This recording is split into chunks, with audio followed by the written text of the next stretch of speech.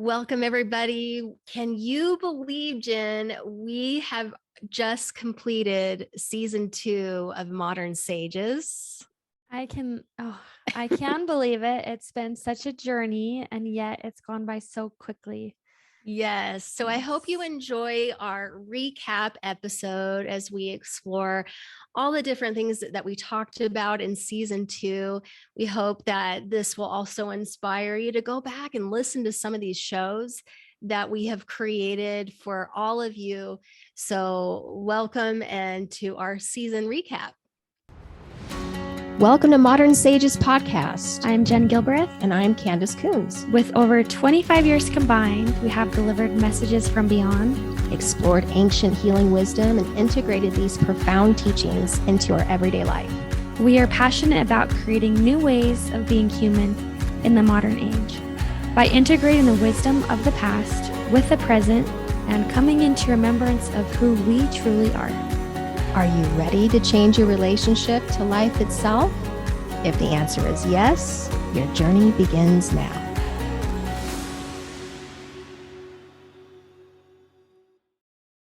This season, we really honed in on a lot more of the shamanic teachings and the shamanic practice. You know, we explored a lot about journey work. We even have some journeys on our YouTube account that you can go ahead and practice. And to really get familiar, we talked about the tree of life, which is always one of my favorite. I think exploring the cosmic tree has been such a powerful experience for me, and a lot of healing and a lot of empowerment and growth. And so I love that we really honed in this season on journey work and personal healing through ancient practices.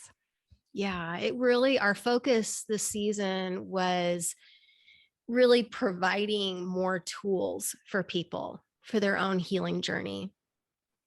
And that's what the shamanic way is about. It's about personal revelation, and it is about healing. And it's about bringing the world back into balance, restoring, rebirth, reunion, remembrance, all of those energies. And so we really wanted to be able to share these teachings because we feel that this is so relevant to what the world needs today. We need the reintegration of the old ways, and because simply it works. It helps change lives. It helps bring lives back into balance. And it's not just a philosophy. It is a way of life. It's a way of interacting with life in an intimate way, in a beautiful way. So we love it so much. And this is why we wanted to share these teachings with our audience. And of course, we have many more episodes to go. There's so much to this, and there's layers and layers upon layers of what we can share with everyone. But I do hope that season 2 really helps people feel more grounded in the understanding of what this path has to offer. Absolutely. All the beautiful things that it has to offer. As I'm reflecting back on the season, I have a few of my favorites. We did have Julie with Lighthouse Sanctuary. She came in, they have a safe house in the Philippines. You know, we were a part of one of their amazing fundraisers to open up another house. That one was really amazing and very special to just hear how she was guided by God to pack up her family and to move, and how they're helping so many children and girls heal from trauma that they've experienced. So that's like such an example of listening to your heart and being guided and moving forward. So I did love, love, love that session. Yeah. And part of the reason why we felt this was important to bring this to the audience and the awareness is not only to be able to go out and do something, serve others, donate money, do what we can to help provide more safe homes for children who are survivors of human trafficking and sexual abuse, but also to really help our audience understand that the path of spirituality is so core to our healing and moving forward, because you look at these most extreme situations of trauma, And when Julie talked about like how they help these girls, it's not just endless hours of therapy and them talking about their experience, and it is about helping them remember who they are spiritually, the divinity that is inside them, so they recognize that they are not defined by the trauma that they've experienced, that they're not the wounding, that they are not guilty of what has happened to them and permanently stained for the rest of their lives. It's like being able to come back into remembrance helps you pull away from your story, from your trauma, to help you come back into remembrance of who you really are. So that way you can say, okay, those things happened to me. They were an experience that happened to me, but they are not me. They're not Yeah. who I am. I am so much more than that. And that is so important because that is a core principle for all of our healing, no matter what kind of wounding we have experienced, whether we're male or female or young or old or whatever. It always comes back to that core principle, because if you can come back to yourself, you can unravel the bondage Mm-hmm. that has been wrapped around you through those experiences and trauma. So it's so beautiful. The core spiritual teaching is the truth.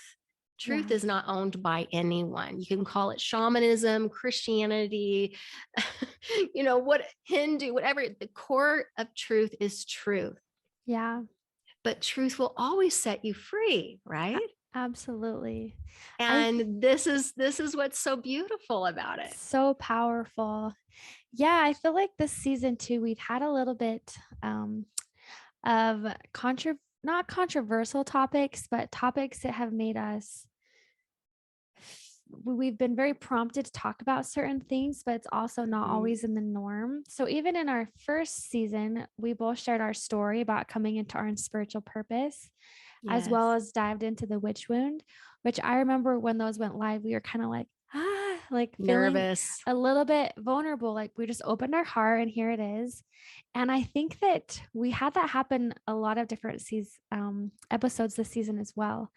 One of them for sure for me was about past lives and the Akashic records and the galactic family. I think that that's something that isn't always mainstream. It's becoming more mainstream, but us being able to really hone in and say we're really feeling drawn to this and opening up our heart for all of this is a little bit scary and vulnerable, but at the same time it's what's necessary. And so it's so interesting the growth that we both experience and like the emotions that we feel. We talked about the balance between feminine and masculine energy. And that's also something that was like, I want to talk about this. How do we do this in a Right. way that's going to be beneficial? And so, yeah, it's so funny how we're kind of put in these situations to push ourselves, to honor our voice, and to honor who we are and step into that without holding ourselves back. Yes. And this whole process is really solidified for me personally. The What is that process of transformation and what does it feel like? Because you can have a knowing in your heart about a decision that you need to make, or a life change that you need to make, or a way that you want to express yourself. But it's not until you're standing in the fire Mm-hmm. of that action that actually creates the transformation. It's that alchemical fire of transformation that we must all stand in. And it doesn't mean that, you need to wait for you not to feel nervous or vulnerable or powerful or confident enough or this and that, or, it's like, no, the only thing that causes that transformation is just standing in the fire of transformation. It's taking the action of what the heart wants. And so I love, that's for me what this has taught me the most, is that because I knew that this was a direction I wanted to take for so long, and writing books and sharing these messages with the world and talking and speaking and doing workshops, and in a grander scale, because I've always done it, but in small scale. Mhm. But it wasn't until I just did it that I can feel that transformation happening inside of myself, where I feel like it's opening me up more and more in my heart, but it's like standing in the fire, It's funny, I can see you someone, know? like, walking in a circle, like, "Come at me now." Like, just open for what it is to come and that flowing Yes. fire energy. Yeah, we Yeah. both have experienced that, and I feel like this season it's also given us permission to really open up and say, "Hey, this is authentic to us," but Yes. also to think of more ways to help those that are drawn to this path through classes and courses and books, and we're really in the midst of doing all those things too. And I feel like this season Yes. has given us permission to say, hey, look, we can be different and yet we can still have a space of understanding. And we're creating our vibe, we're creating our tribe of people. And so it doesn't matter Yes. if it's what the world wants, but it's what we feel called to, and always aligning to then move forward. And how many times would we say, hey, I feel like we should talk about this topic, one of us or the other, or we both be on the Mm-hmm. same page of like, yeah, we need Mm-hmm. to address this. And Yes. it's so cool how we can be attuned that way and how that can move forward, and how really we're just kind of this vessel of transmuting energy and sharing different options. It's so, so fascinating. And this Yeah. season, we have two additional live readings that we also did that are Yes. hosted and posted as well. So that's always fun that we can really step into that truth and honor who comes forward and how it happens. So it's just been a really great season of surrender and of reflecting. And we hope that you can kind of see that within this season. Of course, we're still learning. We're still learning the niches and audio and all the things, but we're still Yes. moving forward. We're still doing it. We're not going anywhere. And I think that's a powerful, there's just so many things we've learned. Yeah. And it's our, you know, I know this is my passion. I know this is your passion too. I love sharing. Yeah. It's so much more fun to say, look, this is what worked for me. And you should try it out. You should try it and see if this works for you. And to provide tools for others to be able to find those on their truths within themselves. That is to be able to actually see healing and shifting in people's lives. It's so rewarding. I have no desire to hold on to anything or keep things a secret or for myself. That is so lonely and isolating and dark and low frequency. I love connection, and I love sharing, different things that have worked for me. These tools that we share, you know these are things that I used in my life to help me overcome my depression, that helped me overcome Tourette's syndrome, that helped me overcome so much in my life, to heal my relationships and the traumas that I've experienced in my life. It helped me reconnect with nature and Mother Earth, and with my own gifts, and help me recognize and receive all the love and support that is around me. I go throughout my day feeling loved and joyful for no reason, Mhm. no apparent reason. And that is so different compared to what I have felt in the past, when I was so bound in those layers of pain and sleep that I was in at that time of my life. So it's just really a joy to me to be able to share things that and tools that work. And look, it's been around for a long time. We talked about this, how it was originally from the Tungus people of Siberia. The word shamanism is one who sees in the dark. And shamanism is the oldest practice in the world. We've all practiced shamanism throughout history at some point.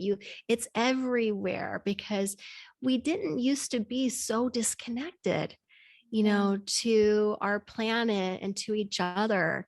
This is something that happened over time. And so as we evolve as human beings and come back into remembrance, and this reconnection and remembrance is established again, the earth will naturally come back to balance.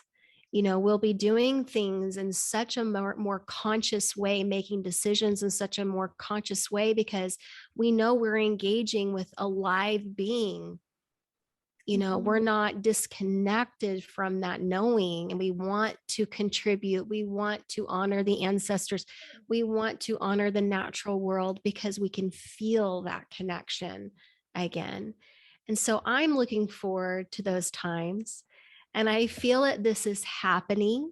We can see this in other spiritual teachers who have podcasts and YouTube channels, and other people that we connect with, our students and different people in the public and other people all over the world who are reconnecting into this deep understanding of nature. And so we've shared a lot of things this season, and I hope that we continue to just open people's minds to the possibilities.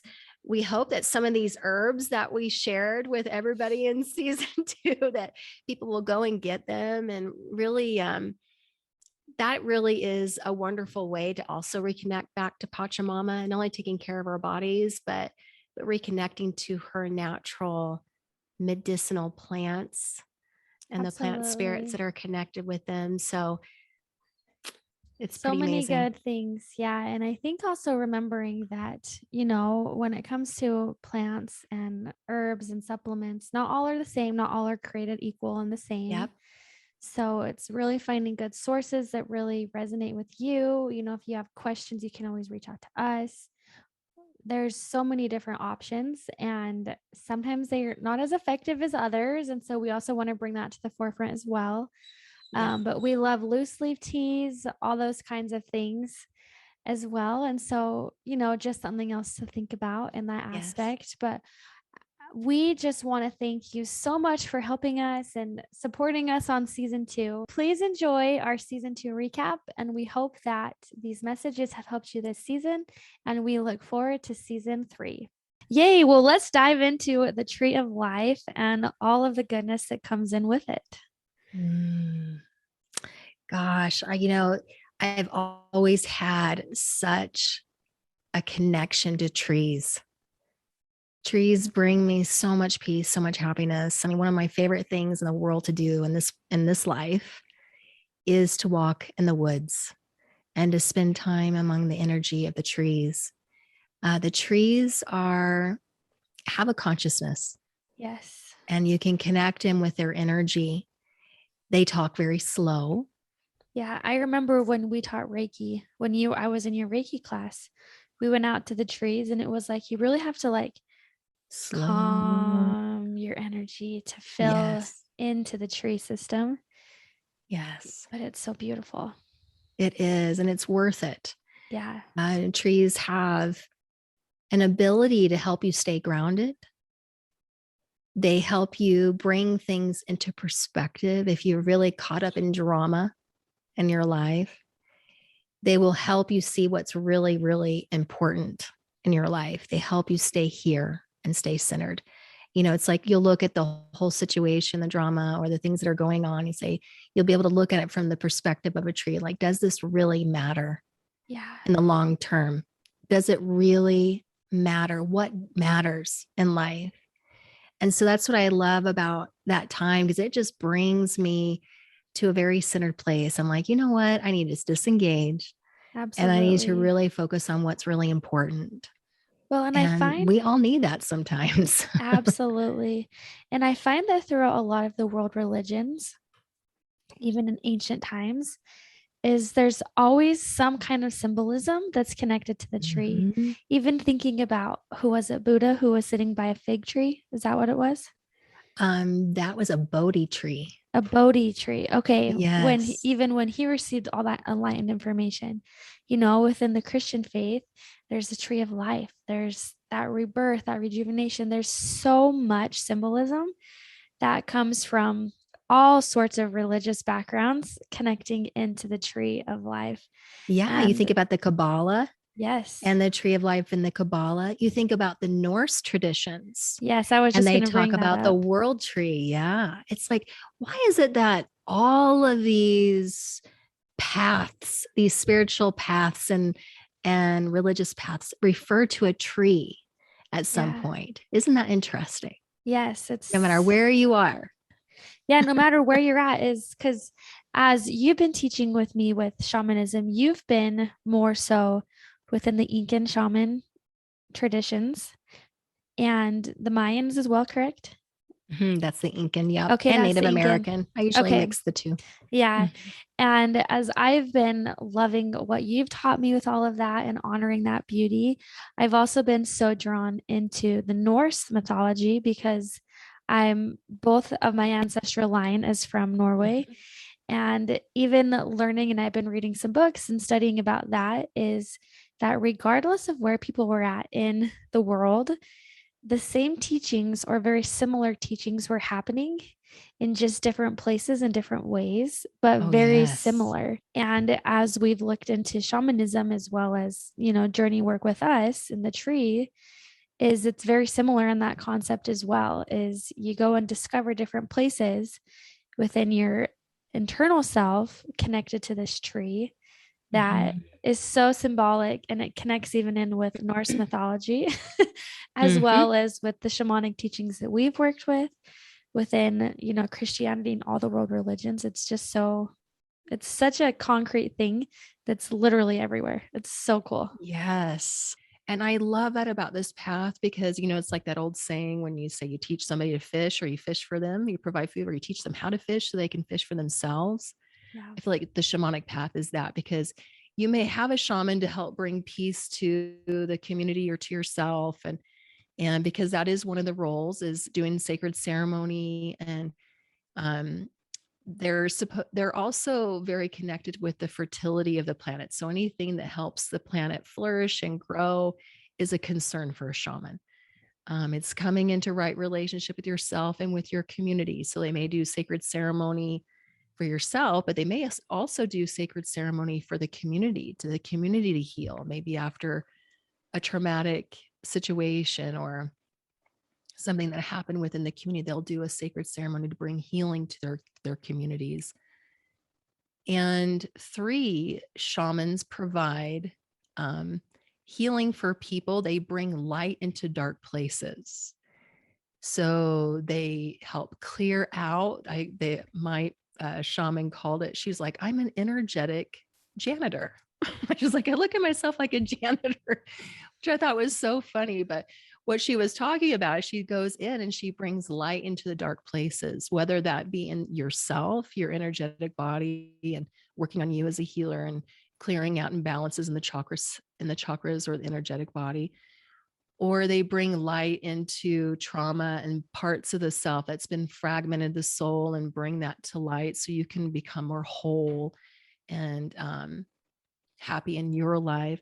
Or they bring light into properties or homes and do property blessings and cleansings and bring light into dark energies there, where they help release spirit to the light. They've helped earthbound energies go to the light when they're ready.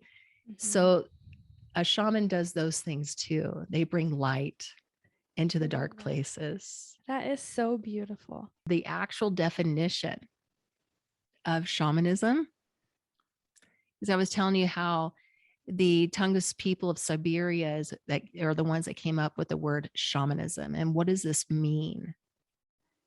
And what it means is he who sees in the dark. Oh, interesting. Isn't that cool? Or he who works with fire. I love it. I love that because, shamans hold sacred ceremony and do sacred fires, but the fire represents the divinity that is within each person. And shamans bring light to where there is darkness.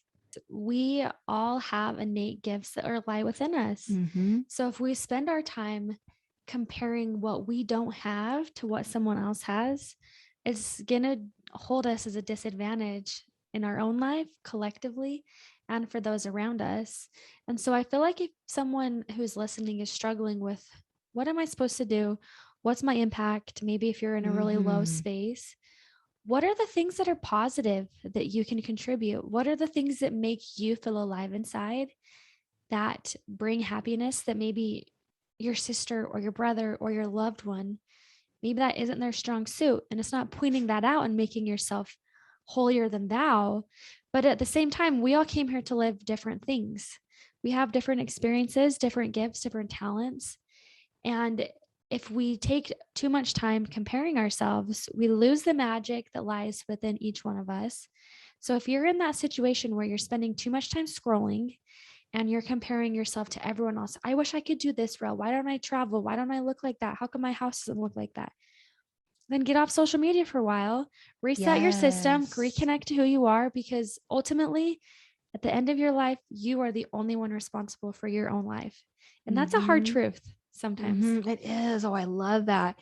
Yeah, one of the amazing books that was ever written was The Art of War. I forgot who is the. Oh, I need to listen to or read that one. Yeah, so it's an old ancient book, but it's called The Art of War. And one of the points that it had in that book, I haven't read it from cover to cover, but I remember reading this part, which I thought was so good. One of the tips in that book was that it's important to understand what your weaknesses are, to approach it with curiosity and awareness, that you shouldn't push it away, deny it, put it on the rug, because that becomes your weakness. Yeah. If you do that, what's important is that you look at the areas in which you feel that you're not the strongest or where your shadows are, and be aware of them and do what you can to work with them. But most of your energy is going to be focused on your strengths. So we don't want to deny the weaknesses and deny the things that we're not as strong in, but we want to really hyper focus on the gifts that we have and our strengths, because like you said, I mean, there's a place for everyone in this creation. There's more than enough to do. There's more than enough to express. We need everyone. We need everyone's angle. In order to create this beautiful masterpiece that we're collecting collectively or manifesting collectively. And so, yeah, it's so important that we don't get caught up in the comparisons. Absolutely. In fact, it's like, even like when I was working with you and Dana, like I remember consciously thinking, I'm so glad that she has handling that part. Like, I don't have to go there, that and I can focus in on the other thing, right? We'd all be nodding like, because we could feel that, but at the same time, we didn't have to do all of it. Yeah. And it felt really good to know sometimes that you don't, that you have that support, that you have those connections, that you can really support someone who just absolutely shines in that particular area and say, I'm so glad that they've got that. Yeah. So now I can come over here and really focus on something that I feel like I shine at. And we bring those two masterpieces together. Yeah. And then we create true beauty. And also in that space is when you're exploring your energetic body, your spiritual body, all of that. It also can help you explore your multi-dimensional self, which is so powerful, because we are more than just this physical form, which I've said time and time and time again. But we can actually explore who we were, who we are, explore those universal truths about our innate self. And that's our given right to be able to do that. And it's not bad or wrong. It's just giving us a deeper understanding of who our spirit truly is. Yes. You know, when the Lord said that scripture, in my Father's house, there are many mansions. Yes. Whenever he says that, I feel that what he's saying to me is in creation, there are many dimensions. And it's all based, again, off of frequency or energy. Yeah. And so and one of the things that you learn through journey work, and, this is your spirit self exploring your multidimensional reality, like what you were saying. It's going places, putting your conscious awareness into a different frequency or a different dimension. What you find is that you have access to not only the different dimensions, but also the past, present, and future. And a lot of people have talked about how you can explore past lifetimes. And if people are open to that, I would highly recommend you explore this. I was a skeptic and I'm a believer. Yeah. And I will advocate for that 100%. 100%. But as you find out during your journey work too, is that even in the present reality that we all live, there are multiple timelines. Yes. And people talk about quantum leaping, and there's other terms that people talk about, timelines, or what is the highest timeline, or shifting frequency, the highest timeline, which means that there are multiple endless outcomes for every given situation, but they all depend on frequency. They all depend on energy. So when you're aligned with your highest self and you're attuned, which that tube of light meditation helps with that, you are aligning with the highest timeline of your reality. Yeah. Well, because if you think about being in a very low space, you can feel the low density. Whereas when you're on this high vibration, when things are going well, when you're excited, you literally feel like a different person. You're experiencing the world differently, but you could also be shifting this dimensional space within. Yes. I've had some pretty interesting experiences with this quantum leaping energy, or you have had shifting some timelines. Stuff. Yeah. And wow, that's a whole show. But I'll narrow it down to like one story. So I was walking this beautiful trail, and I've shared this, and you've had similar experiences over at the Donut Falls Trail. Now, we have done this walk many times, and I used to take my kids there because it's such a fun trail to go on. And it's great exercise, but it's not too long, like it's, a nice balance, perfect balance. for families. And you get to this waterfall, and they call it Donut Falls because it has this rock that has a hole in it, like a donut. And then the water goes through the middle. And so a lot of people like to climb around it. Of course, there's been lots of accidents because of that as well. But one thing is so interesting about this trail is that it seems to be, and it's probably because this is on an energetic ley line, because not only do we have energetic bodies, you're talking about but this. Mother Earth has an energetic body, and there are ley lines or meridians, and there's chakras on the Mother Earth, just like there are us. So what I think is happening in this particular trail is we're on a ley line. The veil is very, very thin there. That makes sense. Very thin. And so if you are in a meditative state, there are certain things that can show up for you, which we both have seen separately. Yeah. At separate occasions, the same thing, which I think is incredible. Again, a miracle, right? In itself. I was younger, but it's so powerful. Yeah. So my sons were running up ahead of me, and I go around this corner, and there's a particular place where you go up over a corner, and then it comes down, and then it goes over this wooden bridge in the trees. It's like a tiny meadow where it goes down, like an opening in the trees. It's the best way I can explain it. But I was going around the corner, and over on the left on the corner was this massive tree. It looked like a huge sequoia or redwood tree, kind of, because it had the same kind of bark and everything else, red, deep, and had deep grooves in the bark. But there was a face on this tree trunk, and it looked like it had its eyes closed. It had a big old knobby nose, and it had a slight smile. It was very serene, and it was as real as anything that is here. And it was so real that I reached out and I put my hand on the face, so I felt it. and it didn't move and it didn't change. And it was here, solid. Okay. Isn't that so interesting? Because when I experienced it, Yes. we were walking by pretty quick. It was with my young women's.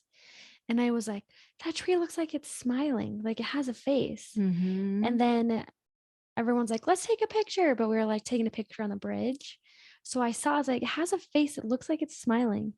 So then we went up Yes. there, we sat in the water, we played. And then we came back. I'm like, to my friend Bethany, I'm like, you have to see this tree. Mm-hmm. And when we came back, it was gone. It's gone. And she was like, what are you talking about? And I'm like, I guess I just made it up. But then you were telling me about this and I'm like, oh my gosh, Candace, I have seen that tree. Yes, exact same spot. And I did the same thing where my kids were running ahead and they were little. Mm-hmm. And of course, as a mother, it's like, okay, you got to go after your kids. You can't get, and Yeah. you try to get them to come to you and they don't. Right. So I'm like, come back, and so I'm going after my kids. I'm like, I'm going to come back to this tree and show the kids. Same thing, came back to it and the whole tree is not there. Like the corner even looked different, like it wasn't the same. There was trees back there, but they were like aspens mixed with regular pine, smaller pine trees. Like the whole big tree was not even there. Different. Yeah. And so every time I go back to that tree, I'm always looking for that tree. Yeah. But the time I found it, I was very relaxed. I was in a meditative, peaceful place. And there was a frequency shift. Mm-hmm. I think that we just shift into the elemental kingdom. We were able to see things that are always there, but depending on frequency, either feel it or experience it. And mind you, if you're not feeling it, because you feel energy before things show up physically. So in resonance, if you're not resonating with it, you're not in that frequency, you're not going to feel it. And then it's not going to show up in your reality. You have to change your frequency. And then it can be as real and solid as anything. It can be here. Absolutely. And I've had many other things happen and I've told you about, but I know this to be true. It's not like some idea that's in my mind that I haven't experienced. I've experienced things as real as anything else. It's so powerful. And it's so powerful. And that goes back into our last podcast, the power of your mind. Mm-hmm. Is when you're mindful is when you have a healthy balance between all four elements. Yes. We can become more mindful and fully experience our multidimensional self. We can have healing happen. We can be a part of healing taking place. Like we're not separated from any of that. We just forget. We so easily forget, but it is who we are. And I have loved this conversation. And I love even knowing that we can shift our reality. We can shift the dimensions in which we're living here now. And that's so powerful. The last thing I want to say is in this book, Dying to Be Me by Anita Morjani. Have you listened to that? No, but I think I remember you mentioning it before. Oh, okay. She was diagnosed with cancer. And a lot of it was her rejecting herself. So her body rejected her. I listen to this book twice a year. Wow. Twice a year I listen to it because it's so amazing. But she has a near-death experience. And as she's crossed over, she sees herself in like a third world country with her brother, but she and the brother had switched roles. Like one was older in this lifetime than in that one, but it was going on at the same time. And she was floored because in her culture, that wasn't a thing. Yep. And so there's so many people who have experienced different altered realities, different things. And so I hope this just sparked a little bit of joy inside of you to be like, we have so much more to us. And energy clearing, energy healing is just one facet that is so innately within us. It's just trusting that power and using that medicine because it can be extremely powerful if it's used in the right way. Awesome. Yes. So I hope you enjoyed our episode today as we explored energy and the energy body and the dimensions and everything else.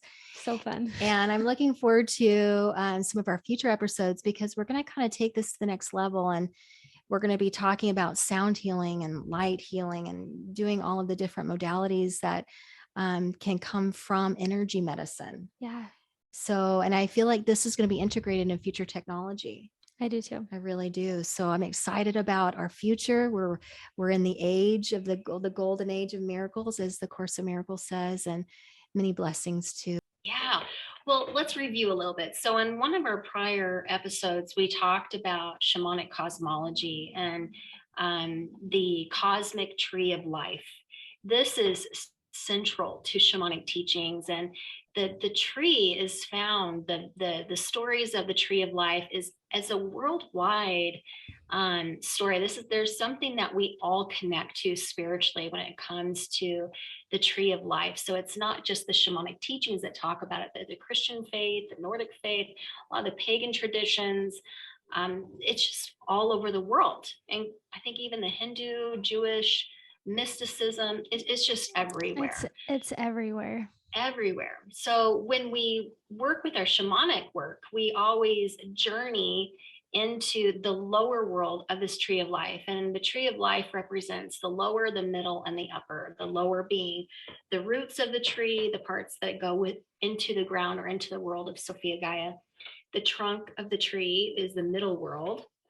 And then the upper tree are the branches that stretch out and are kissed by the sun's rays, is what they will say. So when we journey the lower world, this is the part of the tree where we explore the subconscious, where we connect with our inner child and our inner wounding and trauma, where we reclaim those parts of ourselves that we may have pushed away because of trauma, or we may have pushed away because we were told that's what we need to do. So the journeys that you experience in the lower world are extremely healing, empowering, and life-changing. And it's not a scary place. You know, a lot of people, they're like, oh, the lower world, that sounds so scary. That was my first thought when I started with you. You're like, we're going to explore the lower world. And I was like it made me nervous. I started getting anxiety because you think of that being something dark and dreaded, but also it is the subconscious, and it's a lot of childhood. You know, there's a section in which we go and we work with our inner child. We do soul retrievals. We do so many amazing things that are in such a deep way that's so changing. So I almost think it's fitting that it's like the lower world can be like this hesitation, only because sometimes it's vulnerable for even us to want to go into that space within. But it isn't bad or wrong. Going back into our previous podcast, we talked about we're more than this physical journey, and us feeling bad and wrong and sinful and heavy is very much so this physical context. And so when we can remember, okay, my spirit is so much more, this is an opportunity for learning. It doesn't have to define me or make me bad and wrong. That's when the whole lower world opens up into this beautiful space of creation versus this heavy blockage of energy. Yes. And you remember, like, when we were exploring this, we spend the first couple of months really exploring the middle world and getting to know yourself as a multidimensional being, and meeting your animal allies and your spirit guides, and really knowing who is supporting you on the other side of the veil, getting comfortable with that, getting comfortable with journeying into different dimensions of reality, which again reaffirms and reminds you of your magnificence, the fact that you're not just a physical body, and that you're not just your emotions or the things that have happened to you, all those things. I think it's really important to get strong there first, you know, before we really dive into the lower world, because like you were saying, a lot of people are intimidated by that. They're like, gosh, that sounds so scary and overwhelming. I don't know if I want to do a shadow work or inner child work or do a soul retrieval. It just sounds so intense and so awful. Mm-hmm. But when you get prepared and you come back into remembrance of who you are first, when you start exploring who is there for you on the other side, and you recognize how loved you are and how supported you are from spirit, that again helps you relax. And then when you actually do go into the lower world, it's so different from that. It's not a place at all that's scary. In fact, we should talk about our personal experiences. Like, what Yeah. did you see? And I think this is important because it actually is quite the opposite, right, Jen? It's actually a very magical, beautiful place.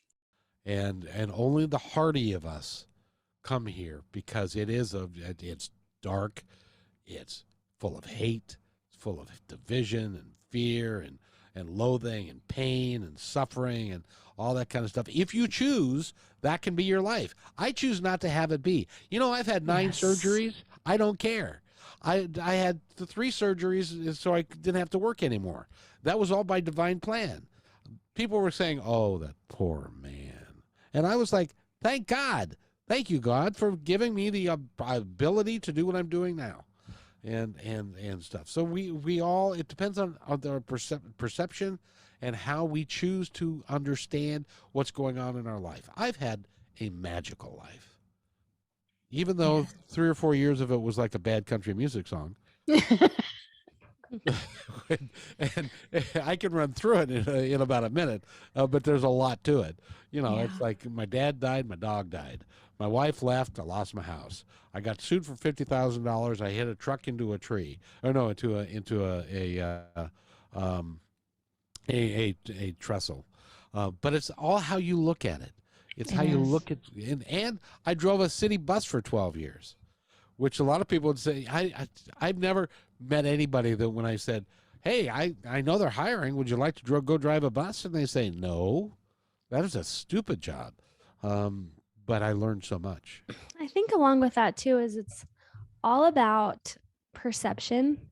So I love that you are all, Kevin, all about like think positive talk, right? Is like when we choose into that positive space, we have power and we have knowledge and we can move forward. But even going back into our spirits and our ancestors and our loved ones cheering us on, is we did come here to have soul contracts. We came here to learn, to taste the pumpkin pie. We set up these lessons before we wanted to come, to learn about it, to grow. Not everything we learn, obviously, we experience and we can fulfill in this lifetime. And so I don't know, I just think it's good to give ourselves a little bit of grace, knowing also that, I'm a spirit in a physical body. I'm learning these things, but I'm more than these circumstances. And just like you said, you had a country song. Your life was a country song. You had everything that could go wrong went wrong, and it just happened. I should say a bad country song. It all just fell apart. And at the same time, though, it's like your spirit was probably learning a lot about surrendering and experiencing the positive and all those things. And it's like we have those things for a purpose and for a reason. But if we label ourselves as bad or wrong, or we become too attached to the outcome, it really does pull us away from fully experiencing life. And our ancestors want nothing more than for us to let go of those labels and to just live. And who cares what expectations, how your family grew up, all the different religious contexts, cultural contexts, the different ways we learn how to be in school. Like, if we could just put all of that aside and just live life, we got life a lot more figured out than we think that we do. But our ancestors want us to just let it go. Like, let go, let God, and just have fun. Experience the world. That doesn't mean you have to go buck wild and lose responsibility, because naturally that's not who your spirit would be anyways. It's overcompensating in one way or another, in which causes us to act out or to feel low or to feel exhausted or to want to become addicted to things, whatever that aspect is. But when we can find that balance and that remembrance, like, our ancestors are cheering us on and they want us to fulfill our life without having to feel stuck because of them. We're worried about what they're going to think. But it goes back to us all being one. And I believe innately all of us are good. We might make bad decisions. We might have rough patches. And there might be people who do things that I wouldn't even consider in my lifetime. But ultimately, hurt people hurt others. And there's reasoning for all. But when we can take a step back and say, hey, this is hard. Being human is difficult, but it doesn't have to define us and cause us to hold heavy. just as much as we have, scripture, we have meditation, we have all these different kinds of things to help bring in messages and divination, is I find that animal totems help us connect, and animals can bring us courage and strength, and they can also bring us messages in spirit as well as in the physical form. Oh, absolutely. I think that it gets misunderstood sometimes because I feel like if you haven't studied animal allies or animal totem messages, people from the outside may say, you're worshiping animals, or you're worshiping idols, or putting too much emphasis in what these symbols are, and it just doesn't seem very grounded. But people don't really understand what this is all about, because it's not about worshiping an animal or worshiping your totems. It's about understanding how the universe or source or God communicates to us. It communicates through nature, and those messages unite us. They help you feel more united and connected with the divine. And so it's an opportunity for you to feel that connection to the divine, to understand the messages that spirit is trying to give you. It's not about worshiping those animals. It's about understanding their language, understanding the gifts that they have, their strengths, the messages that they bring to you. And that understanding helps you feel more connected to the divine. It improves your relationship with the Absolutely. divine, right? But don't you think it gets misunderstood? Because I think a lot of people, they look at it from the outside and they don't understand what this all means. And they're like, oh, you're worshiping animals, or you're putting all this emphasis. And it's like, no, God is everywhere. God Yeah, is everywhere. Why wouldn't I pay attention to all the different ways that God speaks to me, right? absolutely. It's everywhere. Yeah, I completely agree. And even if you think about it in this concept, is we know, let's use the butterfly as an example, right? In elementary school, you learn about the cocoon, the metamorphosis of what a butterfly goes through. And you learn Yes. about the stages, and it's so applicable to our life. And that goes along even with trees. It starts as a seed, as it begins to grow and it plants and it nourishes and it flourishes, right? Is we see that Yes. there's so many commonalities in that space, whether it's animals, whether it's nature, whether it's crystals or dirt or whatever it is that we have. There's always this method of growth. And so, of course, why wouldn't God give us connection to animals, and they can bring us messages, and they can bring us this remembrance or this connection from within? As a spirit medium, many people connect to their ancestors through animals. Like for Mm-hmm. me, mine is a hummingbird. And that just started about last year after we had a